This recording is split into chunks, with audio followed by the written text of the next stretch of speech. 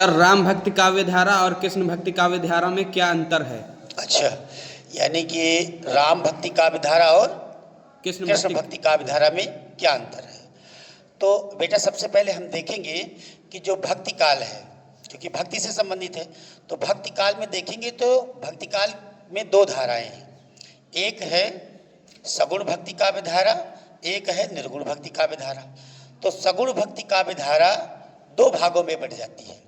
कितने भागों में? दो भागों में। एक राम काव्य धारा पड़ जाती है और एक कृष्ण भक्ति काव्य धारा बन जाती है। ठीक है। और उधर निर्गुण जो है, एक ज्ञानाश्रयी काव्य धारा और एक प्रेमाश्रयी काव्य धारा। समझ गए? अब आपने पूछा क्या राम भक्ति काव्य धारा और कृष्ण भक्ति काव्य धारा में क्या अंतर है, ये पूछे ना? तो सबसे पहले राम भक्ति काव्य धारा देख लेते हैं।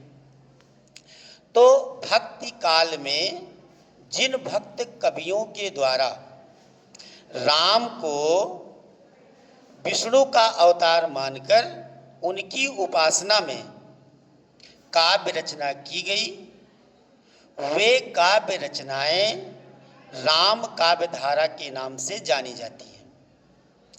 और राम भक्ति काव्य धारा के प्रवर्तक रामानंद माने जाते हैं और राम भक्ति काव्य धारा के प्रतिनिधि कवि तुलसीदास माने जाते हैं। अब दूसरा प्रश्न आपका है कि कृष्ण भक्ति काव्य धारा। तो भक्ति काल के कवियों के द्वारा, जिन भक्ति काल के कवियों के द्वारा कृष्ण को भगवान विष्णु का अवतार मान करके उनकी उपासना में काव्य रचनाएं की गई, वे काव्य रचनाएं कृष्ण काव्य धारा के नाम से जानी जाती है।